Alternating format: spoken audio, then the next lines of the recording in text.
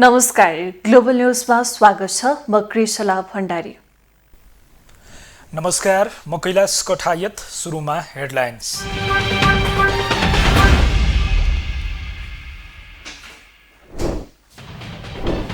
कर्णाली प्रदेश सभाको बैठकमा प्रधानमन्त्री ओलीको सम्बोधन। कर्णालीको विकास प्राथमिकतामा रहेको दावी। सुर्खेतको सडक खाली गराएपछि जनता आन्दोलन। राजावादीहरूले आन्दोलन चर्काएपछि नेपाली राजनीति तरङ्गी। जनतालाई खुसी दिन नसक्दा राजतन्त्रको पक्षमा जनलहर देखिएको कांग्रेस नेता शेखरको तर्क। संक्रमणकालीन न्याय संयन्त्र गठन प्रक्रिया छिटो अघि बढाउन सरकारलाई राष्ट्रिय मानव अधिकार आयोगको पत्राचार। द्वन्द्व पीडितहरूमा निराशा बढ्दै गएको ठहर। अमेरिका र युक्रेन बीच आगामी हप्ता साउदी अरेबियामा वार्ता हुने। दिगो शान्ति स्थापना गर्ने दिशामा काम गरिरहेको राष्ट्रपति जेलेन्स्कीको भनाइ। र खेलाडीहरूको भविष्य सुनिश्चित हुने गरी सरकारले खेलकुद नीति ल्याएको खेलकुद मन्त्री चौधरीको दावी। आइतबारदेखि सुरु हुने शहीद स्मारक बी डिभिजन लिगको तयारी पूरा।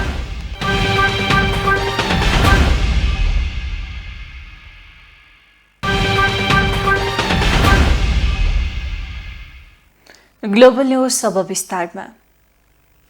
प्रधानमन्त्री केपी शर्मा ओलीले कर्णाली प्रदेश सभा बैठकको सम्बोधन गरेका छन्। प्रधानमन्त्री ओलीले शुक्रबार सम्बोधन गरेका हुन्। कर्णाली प्रदेश सभा बैठकलाई सम्बोधन गर्नु पूर्व ओली मध्यपश्चिम विश्वविद्यालयको दीक्षान्त समारोहमा सहभागी भएका थिए। काठमाडौँ फर्कनु अघि प्रधानमन्त्री ओलीले सुर्खेत रङ्गशालाको अवलोकन समेत गरेका छन्।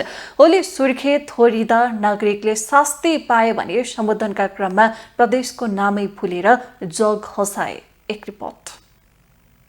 कर्णाली प्रदेशको राजधानी वीरेन्द्रनगर सुर्खेत पुगेका प्रधानमन्त्री केपी शर्मा ओली सुरुमा मध्यपश्चिम विश्वविद्यालयको तेस्रो दीक्षान्त समारोहमा सहभागी भए। दीक्षान्त समारोहमा सम्बोधन गर्दै प्रधानमन्त्री ओलीले मध्यपश्चिम विश्वविद्यालयको इन्जिनियरिङ अध्ययन संस्थानको भवन उद्घाटन गरे। प्रधानमन्त्री एवं मध्यपश्चिम विश्वविद्यालयका कुलपति ओलीबाट विभिन्न तह र संकायका 3841 जना विद्यार्थी दीक्षित भए। समारोहमा विज्ञान तथा प्रविधि, व्यवस्थापन, इन्जिनियरिङ, कानून, शिक्षाशास्त्र, मानविकी र सामाजिक शास्त्र गरी सबै संकायबाट स्नातकोत्तर तहका विभिन्न कार्यक्रममा शैक्षिक सफलता हासिल गरेका 1663 र व्यवस्थापन संकायको दर्शनाचार्य पूरा गरेका 19 विद्यार्थी दीक्षित भएका छन्। दीक्षान्त समारोहलाई सम्बोधन गर्दै प्रधानमन्त्री ओलीले शिक्षक आफै उद्यमशीलतामा लाग्नुपर्ने सुझाव दिए। यो सफलताले तपाईहरुका भविष्यका अरू सफलताहरू, अध्ययनका थप सफलताहरू, काम गर्ने कार्यक्षेत्रका थप सफलताहरू, तपाईहरुले प्राप्त गरेको ज्ञान वृद्धि र त्यसको प्रयोग एवं विस्तार, यस कुरामा तपाईहरुलाई अझ यसले जगको काम गर्नेछ, आधारको काम गर्नेछ र तपाईहरु अगाडि बढ्नुहुनेछ। मान्छेको श्रेष्ठता, मान्छेको उत्कृष्टताभित्र थुप्रै कुराहरूमध्ये सबभन्दा महत्त्वपूर्ण कुरा भनेको मानव मस्तिष्क। मानव मस्तिष्कमा अरू कुराहरूका बावजुद खास गरी स्मरण शक्ति र इनोभेटिभ कार्य, मेमोरी पावर र इनोभेटिभ कार्य। प्रधानमन्त्री ओलीले सम्बोधनका क्रममा कर्णाली प्रदेशको नाम बिर्सिएर जग हसाए। उनले कर्णाली प्रदेशलाई मध्यपश्चिम प्रदेश भनेर सम्बोधन गरे। पछि भने उनले सच्याएका थिए। मध्यपश्चिम विश्वविद्यालयको सम्बोधन सकेर प्रधानमन्त्री ओली कर्णाली प्रदेश सभाको बैठकमा सहभागी भए। कर्णाली प्रदेशका मुख्यमन्त्री यमलाल कडेलको आतिथ्यतामा त्यहाँ पुगेका ओलीले प्रदेश सभालाई सम्बोधन गरेका हुन्। सम्बोधनका क्रममा ओलीले कर्णाली प्रदेशको विकास र विस्तारका बारेमा चासो व्यक्त गरेका छन्। अब आज हामीले आधुनिक ढङ्गले अगाडि बढ्नु परेको छ। विकासको सन्दर्भमा डिजिटल नेपालको नारा हामीले दिएका छौँ। हरेक क्षेत्रमा हामीले नयाँ नयाँ नारा दिएका छौँ। कृषिको आधुनिकीकरण, प्रधानमन्त्री कृषि आधुनिकीकरण भन्ने नाम राखिएको छ, तर म त्यसलाई प्रधानमन्त्री भन्ने शब्द हटाउँदैछु र कृषि आधुनिकीकरण कार्यक्रम, राष्ट्रिय कृषि आधुनिकीकरण कार्यक्रम जस्तो राख्दैछु। यो प्रधानमन्त्री जस्तो, मुख्यमन्त्री जस्तो, नगर प्रमुख जस्तो यस्तोमा चाहिँ त्यस्तोमा कुनै कार्यक्रम राखिरहनु जरुरी छैन। त्यस कारण म प्रधानमन्त्रीका नाउँमा जे छ त्यो पहिले हटाएर अनि सुरु गर्दैछु। यो जरुरी नै छैन प्रधानमन्त्री कृषि आधुनिकीकरण, प्रधानमन्त्री रोजगार कार्यक्रम, स्वरोजगार कार्यक्रम आदि इत्यादि जस्तो त्यो प्रधानमन्त्री राखिरहनु पर्ने छैन, राष्ट्रिय राखिदिउँ। राष्ट्रिय स्वरोजगार, युवा स्वरोजगार कार्यक्रम जस्ता राखिदिउँ। तर मैले भनेको नयाँ ढङ्गले हामी जान जरुरी छ। विकास निर्माणका कामहरूमा विज्ञान प्रविधिको प्रयोग गरेर आज हामी अगाडि जान जरुरी छ। प्रदेशसभाको सम्बोधन सकेका ओली 10औं राष्ट्रिय खेलकुदका लागि तयार भएर चर्चा पाएको कर्णाली रङ्गशालाको अवलोकनमा निक्लिए। रङ्गशालाको भौतिक अवस्था र सम्भावित खेलकुद प्रतियोगिताका लागि ओलीको अवलोकनले सार्थकता पाउने विश्वास कर्णालीवासीले गरेका छन्। हर्न बजाएर ओलीको विरोध। पछिल्लो समय प्रधानमन्त्री ओलीप्रति नागरिकको वितृष्णा बढिरहेको छ। एक साता अघि दशरथ रङ्गशालामा ओली विरुद्ध मुर्दाबादको नारा लागेको थियो। कर्णाली पुग्दा समेत उक्त असन्तुष्टि रोकिएन। प्रधानमन्त्री ओली सुर्खेत पुग्दा सडक खाली गराएर जनतालाई दुःख दिने काम गरेको भन्दै विरोध भयो।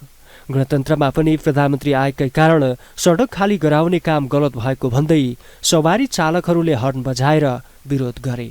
प्रधानमन्त्री ओली सुर्खेत पुग्दा विमानस्थलबाट रत्न राजमार्ग हुँदै दैलेख चोकसम्म करिब 20 मिनेट यातायात बन्द गर्नुका साथै बाटोमा हिँड्ने यात्रुलाई समेत कडाई गरिएको थियो।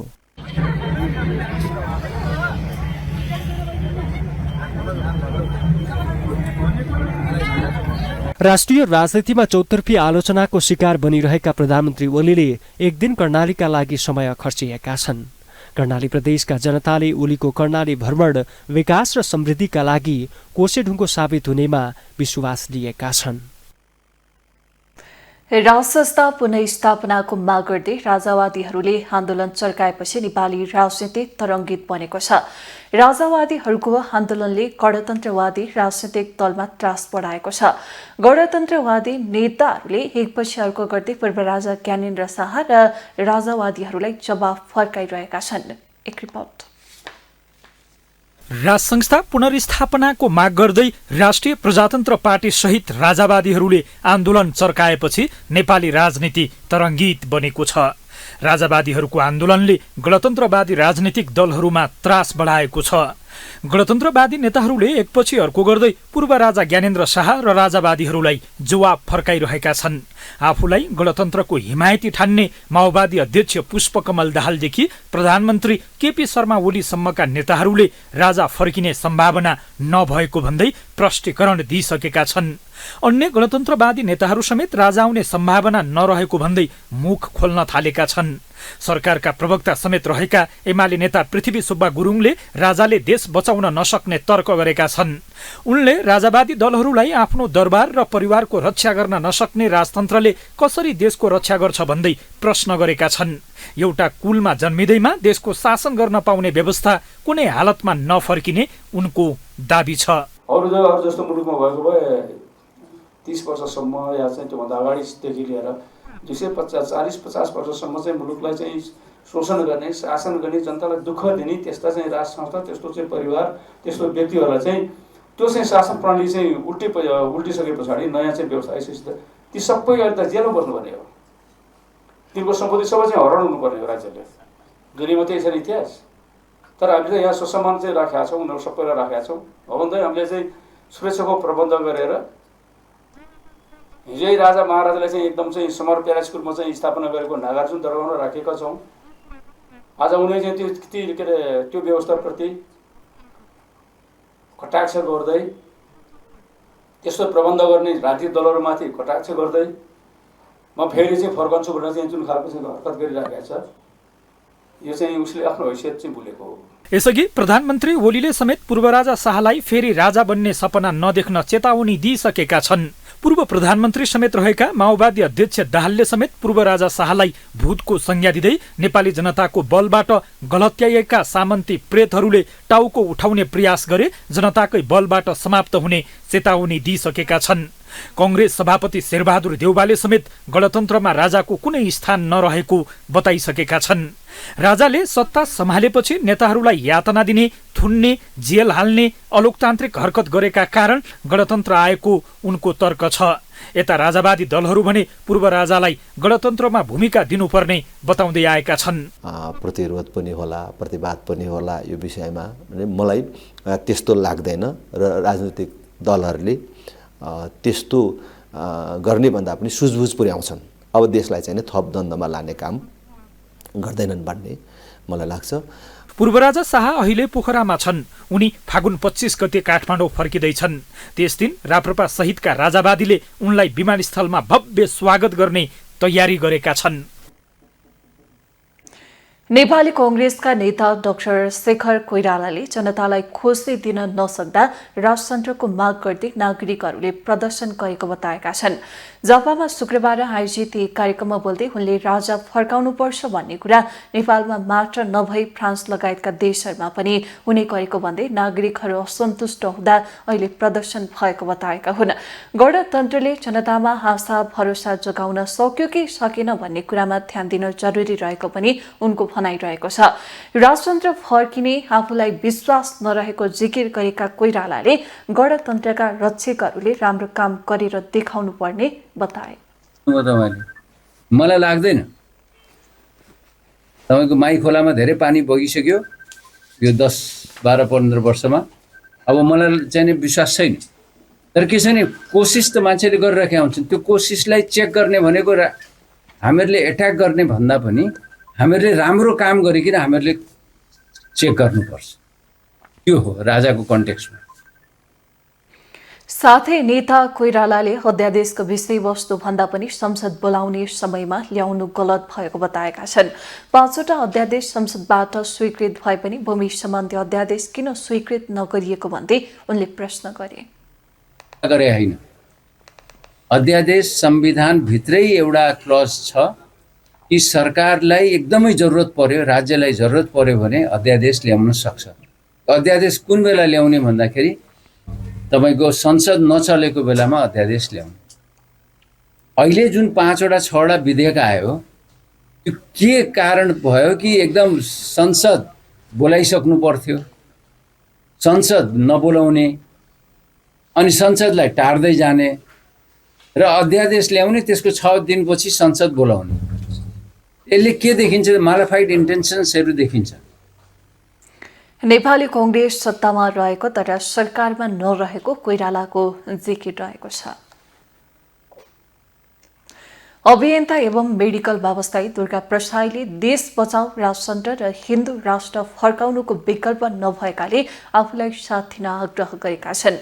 भक्तपुरमा शुक्रबार पत्रकार सम्मेलन गर्दै उनले अहिलेको समय राजा र दुर्गा प्रसाईको भएको दावी गर्दै राजाले जसरी रक्तपात विहीन दरबार छोडे झै नेताहरूलाई बालुवाटार र सिंह दरबार छोड्नुपर्ने उनले बताएका हुन्। फागुन 25 गते पूर्व राजालाई निर्मल निवास पुर्याउने र 1 लाख जनता फेला भएर नारायण हिटी ल्याउने प्रसाईको भनाइरहेको छ। प्रसाईले माओवादी अध्यक्ष प्रचण्ड, एमाले अध्यक्ष केपी शर्मा ओली र कांग्रेस सभापति शेरबहादुर देउवा समेत अहिले राजतन्त्रको पक्षमा बहस गर्न थालेको दावी गरेका छन्। नेताहरूको छातीमाथि कुल्चेर राजा आउने भन्दै यो व्यवस्था परिवर्तन गर्न प्रहरीले साथ दिए। त्यही दिन प्रहरीको 1 लाख तलब बनाउने घोषणा गरेका छन्। मलाई गाडी पठाइदिएको होइन, स्वतः स्फूर्त रूपमा राजाको स्वागतमा काठमाडौँ उपत्यकामा भएका सबै दोकानहरू बन्द गरेर त्यो दिन सबै व्यापारीहरू, अब बिर्सिनुहोस् कांग्रेस, अब बिर्सिनुहोस् एमाले, यो समय राजा र दुर्गा प्रसाईको हो। यो समय यो कुरामा क्लियर हुँदा हुन्छ। ट्रम्पले भनिसक्नु हो। साथै उनले पार्टीका नेताहरूका खुडा भाँच्ने र गाउँ गाउँबाट लखेट्नु पर्ने भन्दै अराजक अभिव्यक्ति दिएका छन्। आफूले थालेको विद्रोहका कारण ठूला दलका नेताहरू राजतन्त्रबारे बहस गर्न बाध्य भएको भन्दै उनले आफूले थालेको विद्रोह आगोको झिल्को भएको भन्दै यो झिल्को बढ्दै जाने दावी गरे। के भने रैती नेपालीहरू रैती हुनपर्छ भनेर अहिले पनि कमेन्ट गरिरहेछन्। केही नेताहरू बोलेको देख्छु होइन, केही नेताहरू बोलेको देख्छु। कमसे कम प्रचण्ड, केपी ओली, शेरबहादुर देउपाहरू राजाको विषयमा बहस त गर्न थाले। अहिले दुर्गा प्रसाईको कारणले बहस त सुरु भयो, हिजो पत्याएको थिएन। विद्रोह भनेको झिल्कोबाट सुरु हुन्छ, आगो भनेको पनि झिल्कोबाट सुरु हुन्छ। यिनीहरूलाई चेतना होस्। दुर्गा प्रसाई भनेको आगो हो, विद्रोह हो दुर्गा प्रसाई भनेको। यो कुरा बुझ्नु जरुरी थियो। साथै प्रसाईले माओवादी केन्द्रका अध्यक्ष पुष्पकमल दाहाल प्रचण्डले अमेरिका र स्विजरल्याण्डमा घर किनेको आरोप लगाएका छन्। नेकपा माओवादी केन्द्रका अध्यक्ष पुष्पकमल दाहाल प्रचण्डले जनताको समस्या घरमा गएर बुझ्नका लागि अभियान सुरु गरेको बताएका छन्। शुक्रबार तराई मधेस जागरण अभियान कार्यक्रम अन्तर्गत सर्लाहीको मलङगवामा आयोजित कार्यक्रमलाई सम्बोधन गर्दै माओवादी केन्द्रका अध्यक्ष प्रचण्डले जनताको समस्या बुझ्न यो अभियान गरिएको दावी गरेका हुन्। पार्टीको बैठकको आत्मसमीक्षा गरेर केही निष्कर्ष निकालेको र त्यही समीक्षाको बैठकको निर्णय अनुसार बुलाकी राजमार्गका जनताले समस्या बुझ्न अभियानको थालनी गरेको उनको भनाइरहेको छ। साथै उनले जनतासँग माओवादी तराई मधेस जागरण अभियानका कारण देशकै ध्यान मधेसमा केन्द्रित भएको समेत बताएका छन्। मधेसका समस्या पहिचान गरेर समाधानका लागि पहल गर्ने उद्देश्य सहित आफ्नो पार्टीले अभियान सुरु गरेपछि अन्य प्रमुख दलका मुख्य नेता र राष्ट्रिय मिडियाको ध्यान मधेसतिर केन्द्रित हुन थालेको उल्लेख गर्दै अध्यक्ष प्रचण्डले यसले मधेसका समस्या पहिचानमा फाइदा पुग्ने बताए। गरीब मजदूर किसानका, दलितहरूका, मधेसीका, आदिवासी जनजातिहरूका, महिलाका, शहीद परिवारका, बेपत्ता योद्धा परिवारका समस्यालाई नजिकबाट बुझ्ने, उनीहरूका पीडा के छन्, मर्म के छ भन्ने कुरा उनीहरूकै मुखबाट सुन्ने, बुझ्ने, अनि यस क्षेत्रका जनताका विकासका समस्या, विकास निर्माणका समस्या, अनि किसानका समस्या, कृषि उत्पादन वृद्धिका समस्या, मलबिउका समस्या, सिंचाइका समस्या लगायत बारे किसानहरूका के पिरमर्का छन् भनेर त्यो पनि बुझ्ने उद्देश्यका साथ, अनि पर्यटन विकासको सम्भावना कहाँ कति छ, हामीले झापादेखि यहाँसम्म आउँदा विभिन्न त्यस्ता ऐतिहासिक र पौराणिक स्थलहरूको अवलोकन पनि गरेका छौँ र त्यस क्षेत्रहरूलाई पर्यटकीय विकासका दृष्टिले के सम्भावना छ भन्ने पनि हामीले हेरेका छौँ। मधेसी जनताले भोगेको विभेद र अपमान मधेसको मात्र नभई देशकै समस्या भएकाले मधेसी जनताको पहिचान, अधिकार र आर्थिक सामाजिक रूपान्तरण देशकै मुद्दा भएको अध्यक्ष प्रचण्डको स्पष्ट उक्ति छ।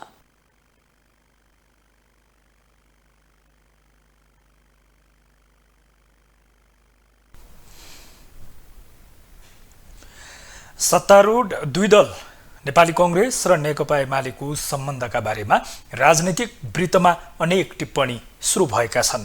प्रतिस्पर्धी दलहरू मिलेर सरकार बनाउँदा लोकतन्त्र नै कमजोर हुने धेरैको तर्क छ। यही बेला सरकारको काम कारबाहीलाई लिएर सत्तारूढ दलहरूबाटै आलोचना हुँदा ओली सरकारमाथि दबाव बढ्न थालेको छ। एक रिपोर्ट। प्रधानमन्त्री केपी शर्मा ओली नेतृत्वको वर्तमान सरकारले जनताको हितमा काम गर्न नसकेको भन्दै आलोचना खेपिरहेका बेला सत्तारूढ दलका नेताहरू समेत सरकारको काम कारबाही प्रभावकारी हुनुपर्ने बताउन थालेका छन्। गत साउनको पहिलो साताबाट काम थालेको ओली सरकारले यो 8 महिनाको अवधिमा राम्रो पर्फर्मेन्स दिन नसकेको भन्दै जनस्तरमा चर्को असन्तुष्टि छ। सरकारको काम गर्ने शैली कमजोर रहेको भन्दै प्रतिपक्षी दलहरू पनि आक्रामक छन्। यही बेला सत्तारूढ दलका नेताहरू समेत ओली नेतृत्वको सरकारले काम गर्ने गतिलाई तीव्र बनाउनु पर्ने बताउन थालेका हुन्। सत्तारूढ दल कांग्रेसभित्र सरकारको काम कारबाही सन्तोषजनक नभएको आवाज जोड तोडले सुनिन थालेको छ। अर्को सत्तारूढ दल एमाले भित्र पनि सरकारको काम कारबाहीलाई लिएर असन्तुष्टि पोखिन थालेका छन्। तर प्रधानमन्त्री ओली भने आफ्नो सरकार जनताको हितमा केन्द्रित रहेको बताउँदै आएका छन्। अहिलेको सरकार विकासका लागि बनेको दावी गर्दै यो सरकारले विकासका कामलाई तीव्रताका साथ अगाडि बढाइरहेको ओलीको दावी छ। हिजोका बाटाघाटा, आजका बाटाघाटा, गाउँघरमा बस्ने बाटाहरू, टोलटोलमा बस्ने बाटाहरू अथवा निर्माणका अरू क्षेत्रहरू, खानेपानीका समस्याहरू, नदी नियन्त्रणका समस्याहरू, ती समस्याहरूलाई कति तीव्रताका साथ यसबीचमा अगाडि बढाइएको छ भन्ने कुरा सबै दाजुभाइ दिदीबहिनीहरूलाई अवगत छ। भ्रम फिजाउनेहरूले फिजाउँदै गर्छन्, हल्ला चलाउनेहरूले चलाउँदै गर्छन्, हामी अगाडि बढ्दै गर्छौँ। त्यो कुरा सम्पूर्ण जनताले हाम्रो आफ्नै ल्याकतमाथि, नेपालीहरूको ल्याकतमाथि विश्वास गर्नुपर्दछ। अरू कसैले हाम्रो देश बनाइदिने होइन, हामी आफैले हाम्रो देश बनाउँछौँ। प्रधानमन्त्री ओलीले सरकारले विकास निर्माणमा केन्द्रित भएर काम गरिरहेको बताए पनि उनकै पार्टीका कैयौं नेताहरू स्वीकार गर्न तयार छैनन्। ओली सरकारले जुन गतिमा रफ्तार लिनुपर्ने हो त्यो गतिमा काम नभइरहेको उनीहरूको तर्क छ। कांग्रेसको संस्थापन इतर समूहका नेताहरू मात्रै नभएर अहिले संस्थापन समूहका नेताहरू पनि सरकारको काम कारबाही कमजोर रहेको भन्दै मुख खोल्न थालेका छन्। यता प्रतिपक्षी दलहरू त दुई ठूला दल मिलेर पनि जनताको हितमा काम गर्न नसकेको बताउँदै आएका छन्। उनीहरूले देशमा लुटतन्त्र मचाउन कांग्रेस र एमालेको सरकार बनेको आरोप लगाइरहेका छन्। तर कांग्रेस नेता समेत रहेका उपप्रधान तथा शहरी विकास मन्त्री प्रकाशमान सिंह भने राजनीतिक स्थायित्वका लागि कांग्रेस र एमाले मिलेको बताउँछन्। विकास निर्माणको कार्य गर्नको लागि राजनीतिक स्थायित्व भइदिएर भने फेरि पनि के हो भन्दाखेरि जतिसुकै राम्रो योजना परियोजना किन नहोस्, राजनीतिक अस्थिरताको कारणले गर्दाखेरि योजनाहरू चाहिँ समयमा चाहिँ सकाउन नसक्ने, काममा चाहिँ व्यवधानहरू आउने भएको कारणले गर्दाखेरि अहिले यो चाहिँ जुन हाम्रो चाहिँ यो चाहिँ राष्ट्रिय राजनीतिको यो एउटा चाहिँ जुन आवश्यकता अनुसार अहिले हामी चाहिँ नेपाली कांग्रेस पार्टी यो चाहिँ जुन संघीय संसदको सबभन्दा ठुलो दल र दोस्रो ठुलो दल नेकपा एमाले लगायत अरू साना दलहरूलाई पनि लिएर यो चाहिँ सरकार अहिले चाहिँ यो संयुक्त सरकार चाहिँ बनेको छ। सत्तारूढ नेताहरूबाटै सरकारको आलोचना हुँदा कांग्रेस एमालेको गठबन्धनमाथि प्रश्न उठिरहेको छ। सरकारमा भएर पनि सरकारको आलोचना गर्दा सम्बन्ध बिग्रिने र निर्धारित समयभन्दा अगावै गठबन्धन टुट्ने विश्लेषण पनि भइरहेको छ। तर सत्तारूढ दलकै नेताहरूबाट सरकारको आलोचना हुनु स्वाभाविक भए पनि त्यसले दुई दलको सम्बन्धमा कुनै असर नपर्ने धेरैको बुझाइ छ। प्रतिनिधि सभाको शुक्रबारको बैठकमा सांसदहरूले आफ्नो धारणा राखेका छन्। सांसदहरूले सरकारसँग विकास निर्माणमा भइरहेको प्रगति विवरण माग गरेका छन्। जवाफमा सरकारका मन्त्रीहरूले कारबाही चुस्त दुरुस्त पार्न लागि परेको जवाफ फर्काएका छन्। विपक्षी दलका सांसदहरूले सरकार भ्रष्टाचारी र बिचौलिया जोगाउने खेलमा लागेको आरोप लगाएका छन्। सरकारका तर्फबाट ऊर्जा मन्त्री दीपक खड्काले प्रस्तुत गरेको नवीकरणीय ऊर्जा सम्बन्धी विधेयक 2081 माथिको सैद्धान्तिक छलफल सकिएको छ। एक रिपोर्ट। प्रतिनिधि सभाको हिउँदे अधिवेशन अन्तर्गत शुक्रबार बसेको बैठकमा नवीकरणीय ऊर्जा तथा ऊर्जा दक्षता सम्बन्धी विधेयक 2081 माथिको सैद्धान्तिक छलफल सकिएको छ। ऊर्जा मन्त्री दीपक खड्काले पेश गरेको विधेयक स्वीकृत समेत भएको हो। यो प्रस्तावको पक्षमा हुने मान्य सदस्यहरूले हुन्छ भन्नुहोला र यसको विपक्ष हुने मान्य सदस्यहरूले हुन्न भन्नुहोला। यो प्रस्तावको पक्षमा हुने मान्य सदस्यहरूले हुन्छ भन्नुहोस्। यसको विपक्ष हुने मान्य सदस्यहरूले हुन्न भन्नुहोस्। हुन्न भन्ने आवाज सुनिएन, तसर्थ नवीकरणीय ऊर्जा तथा ऊर्जा दक्षता सम्बन्धी विधेयक 2081 माथि विचार गरियोस् भन्ने प्रस्ताव सर्वसम्मतिले स्वीकृत भएको घोषणा गर्दछु। त्यसअघि नवीकरणीय ऊर्जा विधेयकका विषयमा सांसदहरूले आफ्नो धारणा राखेका थिए।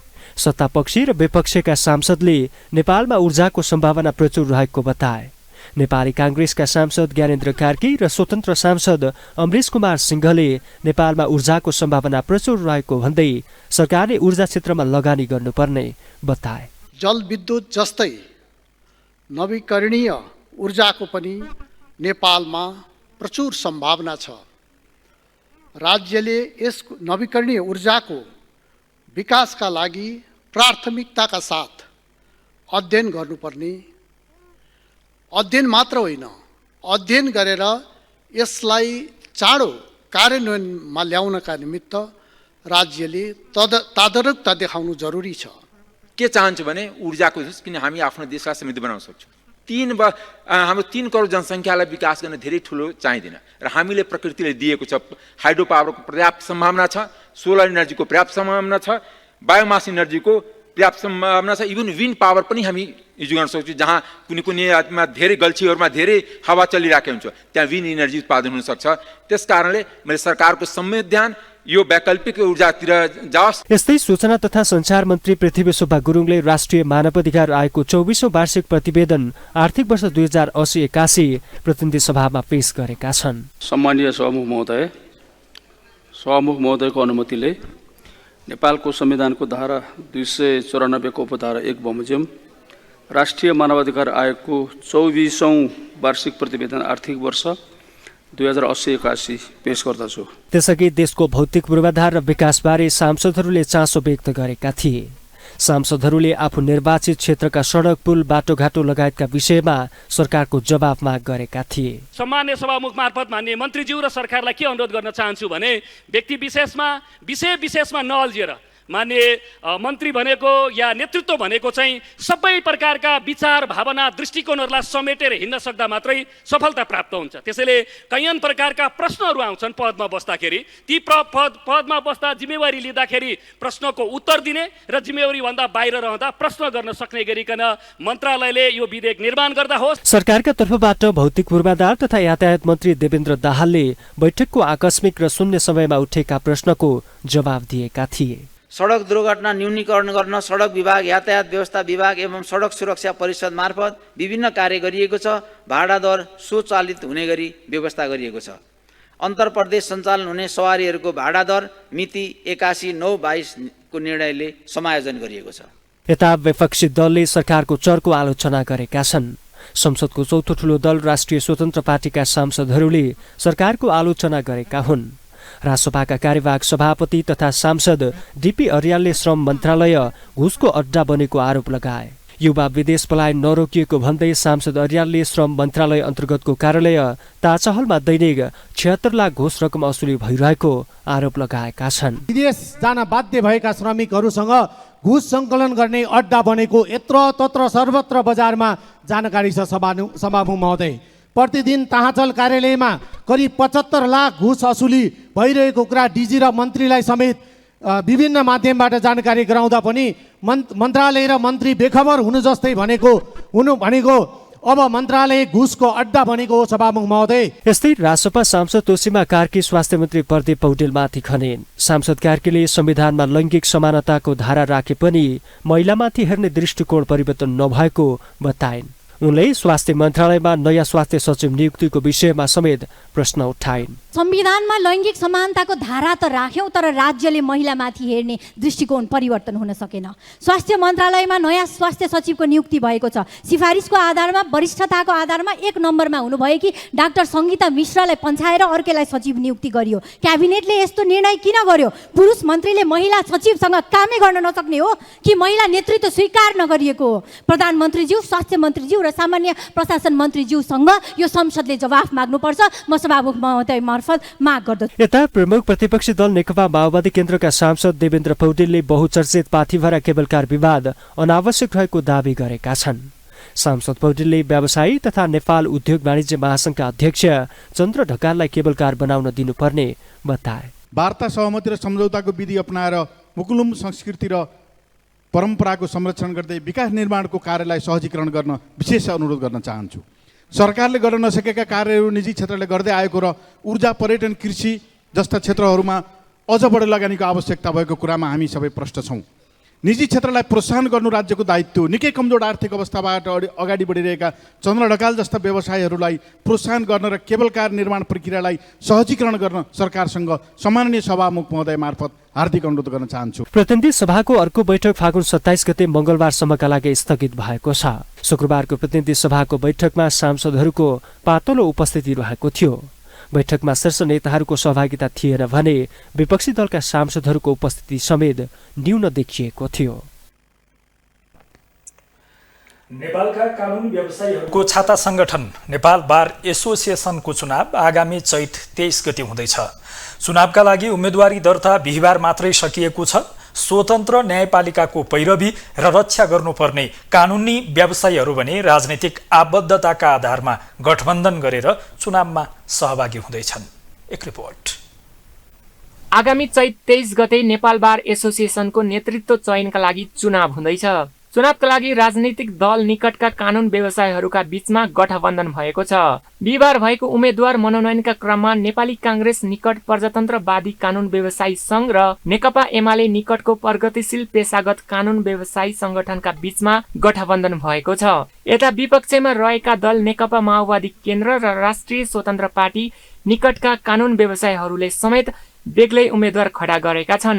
डीएलए र पीपीएलए को सहमति अनुसार अध्यक्षमा वरिष्ठ अधिवक्ता डाक्टर विजय प्रसाद मिश्र र महासचिवमा भने केदार कोइरालाले उम्मेद्वार दर्ता गराएका छन्। यता माओवादी र रासपा निकटका कानुन व्यवसायीहरूले भने अध्यक्षमा वरिष्ठ अधिवक्ता रोमन श्रेष्ठलाई अघि सारेका छन्। तर स्वतन्त्र न्यायपालिकाको पैरवी गर्नुपर्ने बार एसोसिएसनको नेतृत्वका लागि भने राजनीतिक भागबण्डा गलत रहेको कतिपय कानुन व्यवसायीहरूले बताउँछन्। र यो कहिलेकाहीँ के हुन्छ भने नर्मल ड्रिङ्कले मान्छेलाई उ गर्छ भने ककटेल भइसकेपछि त्यसले ककटेलले एउटा असन्तुलित ल्याउन सक्छ। भने नेपाल बार जस्तो पवित्र संस्था, न्यायको लडाइँ लड्नुपर्ने संस्था सैद्धान्तिक विचलन भएर सैद्धान्तिक विचलनको कारणले गर्दा के अरे यसको असर भनेको नेपाल बारमा लेनादेना राजनीतिक पार्टीको छत्रछायामा नेपाल बार रहनु भनेको नेपाली जनताको दुर्भाग्य हो। नेपालका न्यायप्रेमीहरूको लागि एउटा एउटा दुर्भाग्यपूर्ण दिन हो भन्ने मलाई चाहिँ लाग्दछ। यता नेपाल बार एसोसिएसनकी महासचिव अन्जिता खनालले नेपाल बारमा आबद्ध अधिवक्ताहरू एउटा विचारबाट निर्देशित भएको र विचार मिल्नेहरूले साझा उम्मेद्वार खडा गरेको बताउँछिन्। हाम्रो शक्ति पृथकीकरणको सिद्धान्तले पनि स्वतन्त्रै छ, तर के हो भने टिकट लिनुभन्दा अगाडि हामी डेमोक्रेसीमा छौँ, प्रजातन्त्र छ नि त। अहिले हामी कोही न कोही विचार समूहसँग गाइडेड हुन्छौँ। त्यो गाइडेड हुँदा त्यही विचार समूहबाट टिकट लिनुपर्ने हुन्छ क्या। हाम्रो त्यो टिकट लिएको पनि होला, लिन्छौँ पनि हामीले। तर हाम्रो कुरा के हो भने यहाँ नेपाल बारमा आइसकेपछि हामी चाहिँ के हुनु पर्यो, त्यो जुन टिकट लिएको संस्थापट्टि उत्तरदायी नभएर कानुन व्यवसायपट्टि उत्तरदायी हुनुपर्छ भन्ने हाम्रो स्वतन्त्रै हुन्छौँ, हामी स्वतन्त्रै भएर काम गरिरहन्छौँ। खनाल मात्रै होइन, कतिपय कानुन व्यवसायीहरू समेत व्यावसायिक हितका लागि कानुन व्यवसायीहरूका बीचमा संयुक्त उम्मेद्वार हुनुपर्ने गलत नरहेको तर्क गर्छन्। न्यायालय स्वतन्त्र हुने र कानुन व्यवसाय समेत स्वतन्त्र हुने उनीहरूको तर्क छ। पहिलो कुरा त म के भन्न चाहन्छु भने नेपाल बारमा राजनीतिक दलको यहाँ असर पर्दैन। हेर्नुहोस्, यो किनभने स्वतन्त्र बार हो, यो बृहत्तर एउटा कानुन व्यवसायको अघितको लागि बोल्ने संस्था हो। नेपाल बार राजनीतिबाट नेपाल बारलाई अलग गर्नुपर्छ, राजनीतिसँग जोडेर हेर्नु हुँदैन भन्ने नै मेरो कुरा हो। र मेरो होइन, यो समग्र कानुन व्यवसायको आवाज यही नै हो। यसमा आफ्नो सोचाइ हुन्छ होइन, आफ्नो कसरी लिने भन्ने कुरा हुन्छ होइन। अब कसैले सत्ताको असर परेन, कसैले के भन्ने होला। अब यो एउटा सबै हामी कानुन व्यवसाय गर्ने कानुन व्यवसायीहरू हो।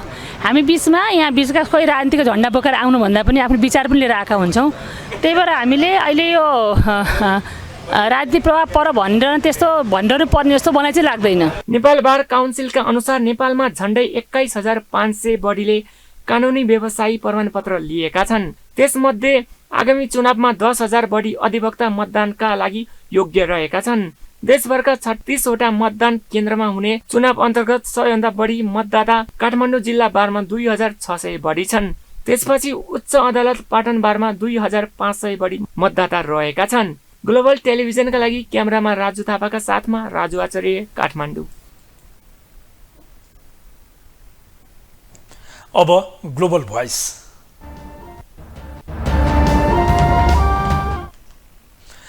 नेपाल बार एसोसिएसनको चुनाव आगामी चैत 23 गते हुँदैछ, जसका लागि बिहिबार उम्मेदवारी दर्ताको प्रक्रिया समेत पूरा भइसकेको छ। एकातिर सत्तारूढ दुई दल नेपाली कांग्रेस र नेकपा एमाले निकट वकिलहरूले गठबन्धन गरेका छन् भने अर्कोतिर विपक्षमा रहेका दलहरू निकट वकिलहरू पनि गठबन्धन गरेर चुनावी मैदानमा होमिएका छन्।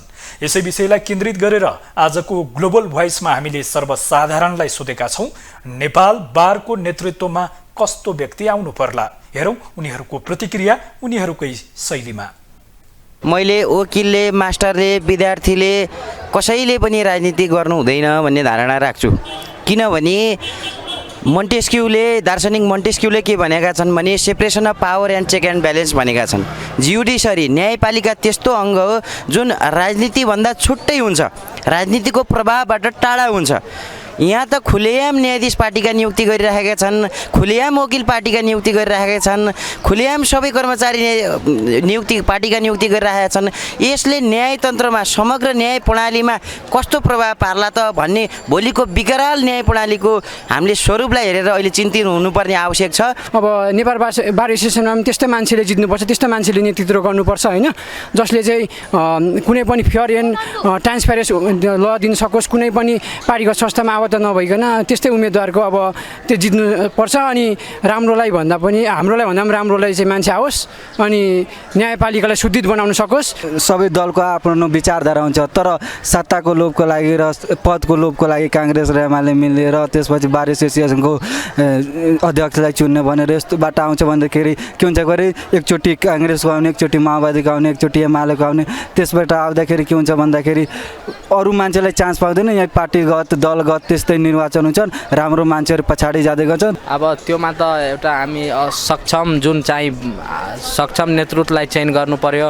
अनि त्यसपछि चाहिँ हाम्रो जुन यो हामी अधिवक्ता वरिष्ठ अधिवक्ता उनीहरूको चाहिँ अब गरिमा चाहिँ ल पढेपछि त वकिल भएपछि उहाँहरूको गरिमा यतिकै उच्च पदस्थामा पर्दछ। त्यो भएर चाहिँ यस्तो मान्छे आओस् कि बार एसोसिएसनलाई चाहिँ अझ माथिसम्म लैजाओस् र अझै राम्रो काम होस्। अनि बार र बेन्चको सम्बन्ध भनेको न्यायपालिकाको स्वतन्त्रता र न्यायपालिकाको पारदर्शिताको लागि एकदम महत्त्वपूर्ण एक किसिमको सम्बन्ध हो र यो सम्बन्धले नै न्यायपालिकालाई सुदृढ पार्ने एउटा माध्यम भएको हुँदाखेरि बार एसोसिएसनको नेतृत्व असल प्रबल र न्यायपालिकासँग समन्वय गर्न सक्ने भएमा हामी र न्यायपालिकाबाट सेवाग्राहीहरू सबैलाई एक किसिमको राम्रै प्रभाव पर्थ्यो जस्तो मेरो धारणा छ।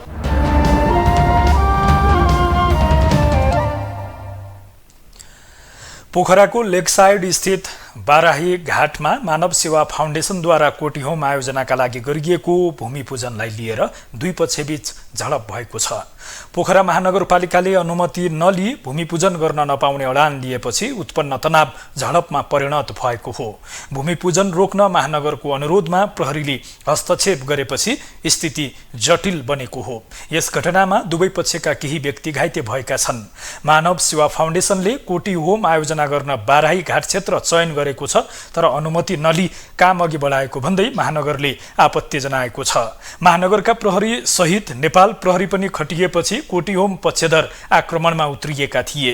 घाइते नगर प्रहरीलाई अस्पताल पुर्याइएको महानगरले जनाएको छ। ग्लोबल न्यूजमा एकैछिन ब्रेक।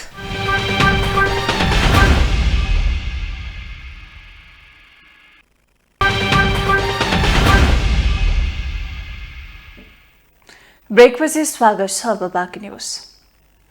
राष्ट्रिय मानव अधिकार आयोगले संक्रमणकालीन न्याय संयन्त्र गठन प्रक्रिया अघि बढाउन सरकारलाई पत्राचार गरेको छ।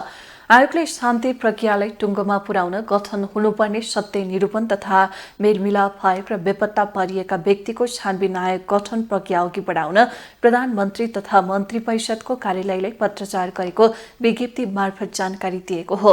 विज्ञप्तिमा संक्रमणकालीन न्यायमा कायम रहेको अन्योलताको अन्त्य गर्न आवश्यक पहल गरिदिन पीडित तथा सरकारवालाहरूबाट आयोग समक्ष अनुरोध गरिएको उल्लेख गरिएको छ।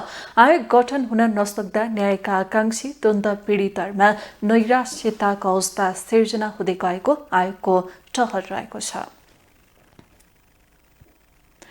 गण्डकी प्रदेशका सांसद दीपक मनाङ्गे भन्ने राजीव गुरुङलाई 20% कैद छुट हुने भएको छ। जिल्ला अदालत काठमाडौँका न्यायाधीश कमल प्रसाद पोखरेलको इजलासले शुक्रबार उनले माग गरे बमोजिम 20% कैद छुट दिन आदेश दिएको हो। 20% छुट पाउँदा मनाङ्गेको कैद सजाय 1 वर्ष खट्ने भएको छ। मनाङ्गेले मुलुकी ऐन दण्ड सजायको 41 क अनुसार 20% कैद छुटको माग गर्दै फागुन 12 गते निवेदन दिएका थिए। मुलुकी ऐन द्वन्द्व सजाय महलको दफा 41 अन्तिम फैसला भएको 60 दिनभित्र अदालतमा आत्मसमर्पण गरेमा कैद र जरिवानामा 20% छुट दिने व्यवस्था रहेको छ। सोही व्यवस्था अनुसार उनले कैद छुट माग गरेका थिए।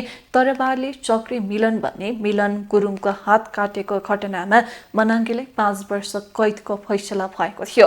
20 वर्ष पहिलेको घटनामा सर्वोच्चले पनि मनाङ्गेलाई दोषी ठहर गर्दै 5 वर्ष कैदको फैसला सुनाएको हो। घटना लगत्तै पक्राउ परेका उनले 2 वर्ष 8 महिना कैद भुक्तानी गरिसकेका छन्। मनाङ्गे 2081 कार्तिक 27 गते दिल्ली बजार कारागारमा चलान भएका हुन्। कार्तिक 20 गते सर्वोच्च अदालतले पनि उच्च अदालत पाटनको फैसलालाई सदर गरेको थियो।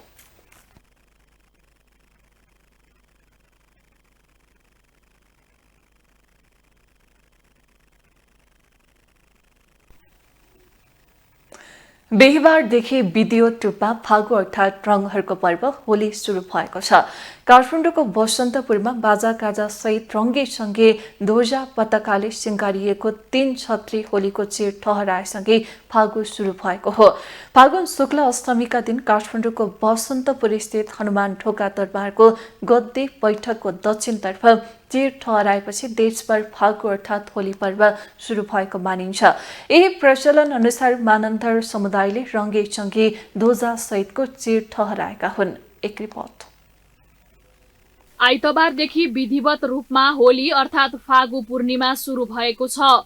काठमाडौँको हनुमान ढोका स्थित बसन्तपुरमा रङ्गीचङ्गी ध्वजाले सजाइएको बाँसको 3 तले चिर ठड्याइएसँगै यस वर्षको होली अर्थात् फागु पूर्णिमा विधिवत रूपले सुरु भएको हो।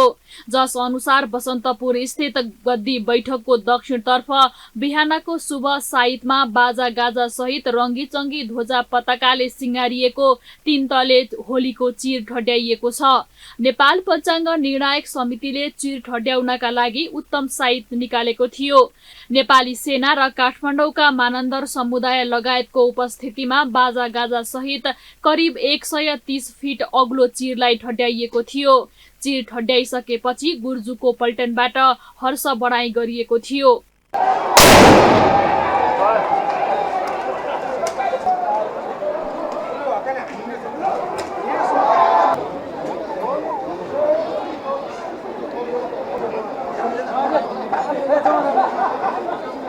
काठमाडौँको हनुमान ढोका स्थित बसन्तपुरमा होलीको चिर ठड्याइएसँगै होली अर्थात् फागु पूर्णिमा विधिवत रूपले सुरु भएको मानिन्छ।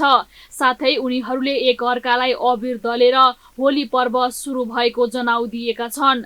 बिहिबार ठड्याइएको चिर 8 दिनपछि अर्थात् फागु पूर्णिमाको दिनमा ढालेपछि होली समाप्त भएको जनाउ दिने स्थानीयको भनाइ छ।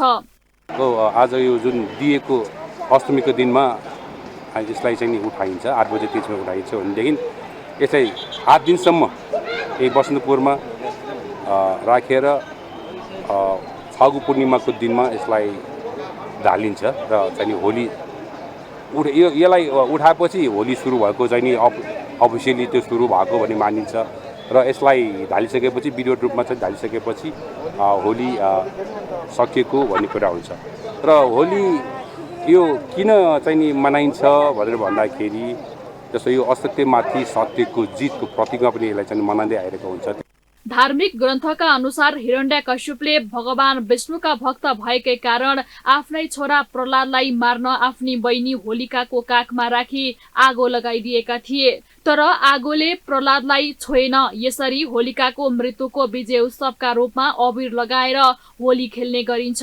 होलीलाई असत्यमाथि सत्यको विजयको रूपमा पनि मनाउने प्रचलन छ। यस वर्ष होली पर्वको मुख्य दिन पहाडी भागमा यही फागुन 29 गते र तराई भेगमा चैत 1 गते परेको छ।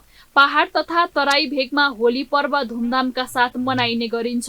साथै हिन्दूहरूको मुख्य चाडका रूपमा मनाइने होली पर्वका लागि हरेक वर्ष सरकारले सार्वजनिक बिदा समेत दिँदै आएको छ।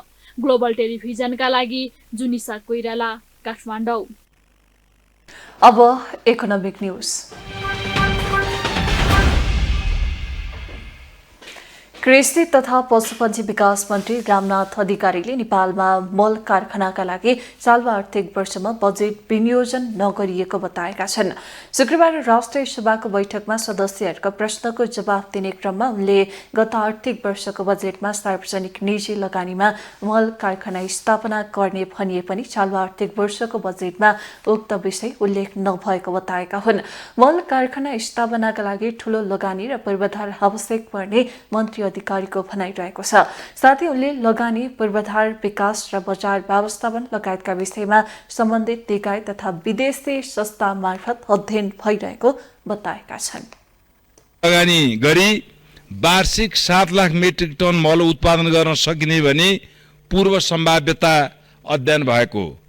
तेस्रो, विक्रम सम्वत 2080 को लगानी बोर्डको प्रतिवेदन अनुसार 92 अर्ब लगानी गरी वार्षिक 7 लाख मेट्रिक टन क्षमताको मल कारखाना स्थापना हुन सक्ने भनी पूर्व सम्भाव्यता अध्ययन भएको।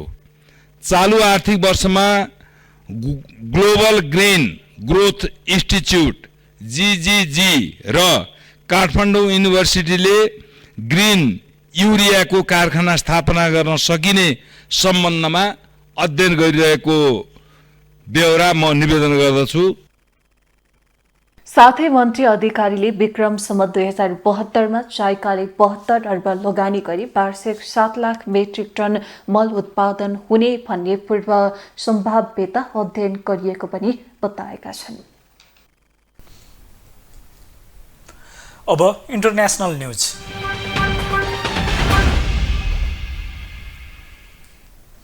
अमेरिकाले लगाएको करको प्रतिकार गर्दै चीनले अमेरिकामाथि थप शुल्क लगाउने घोषणा गरेको छ। आगामी सोमबारदेखि लागू हुने गरी चीनले अमेरिकामाथि थप 15% कर लगाउने घोषणा गरेको हो। यसअघि अमेरिकाले चीनमाथि 10% कर लगाउने घोषणा गरेको थियो। यता क्यानाडा र मेक्सिकोमाथि थप कर लगाउने निर्णय भने राष्ट्रपति ट्रम्पले 1 महिनाका लागि स्थगित गरेका छन्। एक रिपोर्ट।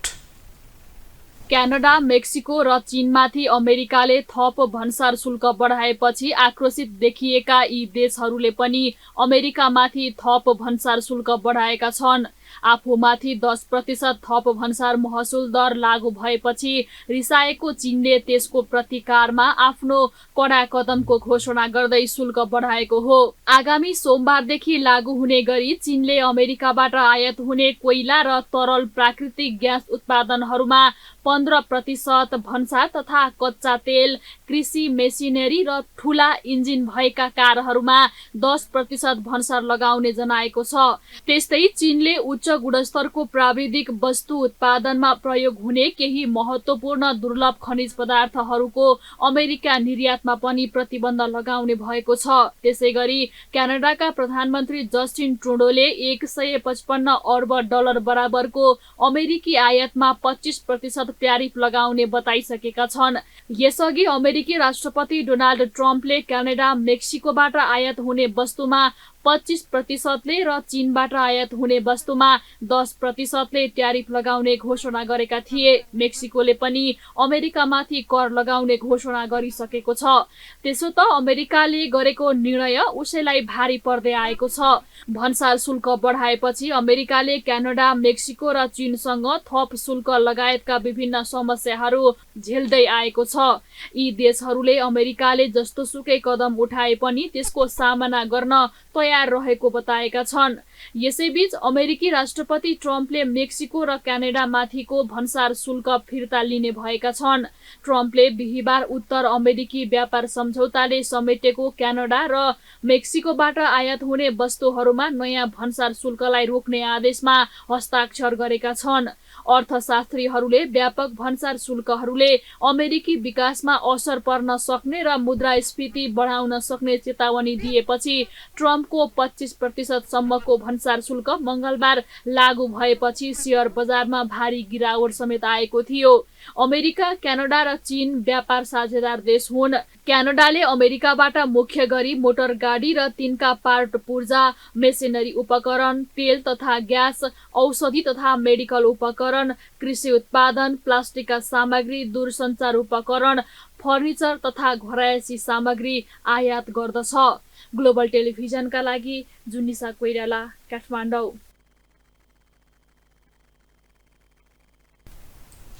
अमेरिका र युक्रेन बीच आगामी हप्ता साउदी अरेबियामा वार्ता हुने भएको छ। युक्रेनी राष्ट्रपति भ्लोदिमिर जेलेन्स्कीले अर्को साता साउदी अरेबियामा अमेरिकासँग वार्ता हुने जानकारी दिएका हुन्। जेलेन्स्कीले यो वार्ता महत्त्वपूर्ण हुने आशा समेत व्यक्त गरेका छन्। जेलेन्स्कीले आफूले वार्ताहरूमा भाग नहुने भन्दै युक्रेनले सकेसम्म चाँडो दिगो शान्ति स्थापना गर्ने दिशामा काम गरिरहेको बताएका छन्।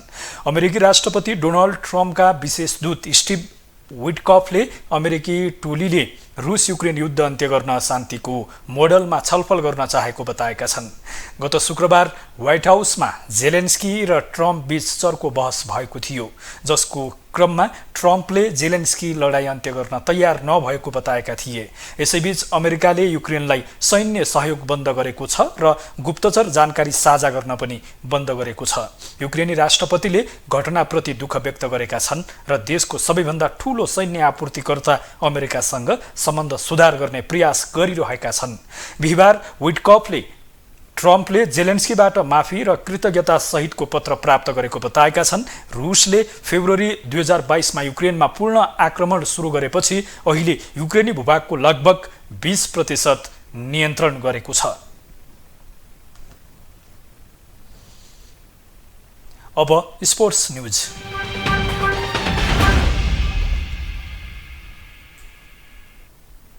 युवा तथा खेलकुद मन्त्री तेजुलाल चौधरीले खेलाडीहरूको भविष्य सुनिश्चित हुने गरी सरकारले खेलकुद नीति ल्याएको बताएका छन्।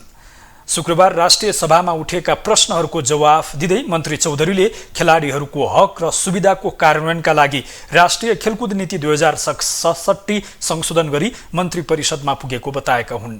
खेललाई व्यावसायिक बनाउन निजी क्षेत्रको सहभागितामा प्रायोजनको व्यवस्थाका लागि सरकारले काम गरिरहेको उनको भनाइ छ। साथै मन्त्री चौधरीले खेलाडीको खेल अवधि निश्चित उमेर हुने भएकाले खेल जीवन सकिएपछि सरकारी र विभिन्न संस्थाहरूमा रोजगारी वा निवृत्ति भरण दिने व्यवस्था नयाँ नीतिमा रहेको बताएका छन्। नेपालमा नै जागिर दिनेको व्यवस्था भइरहेको छ। त्यति मात्र होइन, अन्य सुविधाहरू हामी दिइरहेको छ। अब दीर्घकालीन योजनाहरू राष्ट्रिय खेल नीति, नेपाल सरकारको राष्ट्रिय खेल नीति 2067 कार्यान्वयन भएको छ र राष्ट्रिय खेलकुद नीति हाम्रो मन्त्री परिषदमा पुगिसकेको छ। अलि 2067 लाई चेन्ज गरेर परिवर्तन गरेर अहिले मन्त्री परिषदमा पुगिसकेको छ। साथै मन्त्री चौधरीले खेलकुदका माध्यमबाट जीविकोपार्जन गर्न नसकिएपछि खेलाडीहरू खेल क्षेत्र छोडेर वैकल्पिक पेसामा लागेको र कतिपय खेलाडी विदेश पलायन भइरहेको बताएका छन्।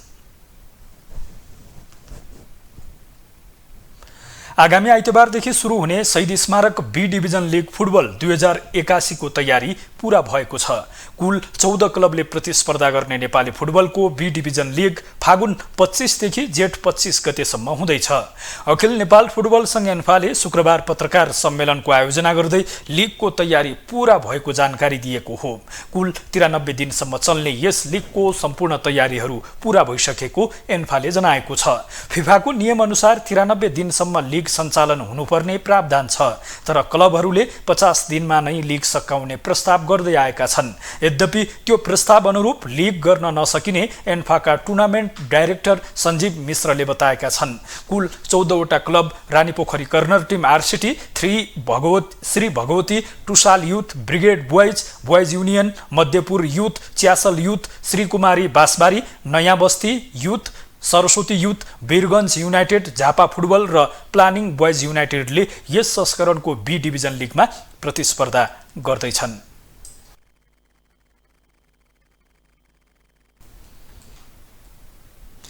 ग्लोबल न्यूजको अन्त्यमा हेडलाइन्स पुनः एकपटक।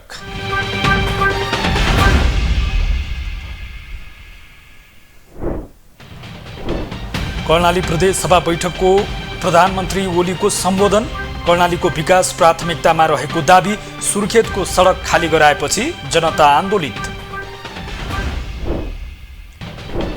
राजावादीहरूले आन्दोलन चर्काएपछि नेपाली राजनीति तरङ्गित, जनतालाई खुसी दिन नसक्दा राजतन्त्रको पक्षमा जनलहर देखिएको कांग्रेस नेता शेखरको तर्क। संक्रमणकालीन न्याय संयन्त्र गठन प्रक्रिया छिटो अघि बढाउन सरकारलाई राष्ट्रिय मानवाधिकार आयोगको पत्राचार, द्वन्द्व पीडितहरूमा निराशा बढ्दै गएको ठहर। अमेरिका र युक्रेन बीच आगामी हप्ता साउदी अरेबियामा वार्ता हुने, दिगो शान्ति स्थापना गर्ने दिशामा काम गरिरहेको राष्ट्रपति जेलेन्स्कीको भनाई। र खेलाडीहरूको भविष्य सुनिश्चित हुने गरी सरकारले खेलकुद नीति ल्याएको खेलकुद मन्त्री चौधरीको दाबी। आइतबारदेखि सुरु हुने शहीद स्मारक बी डिभिजन लिगको तयारी पूरा।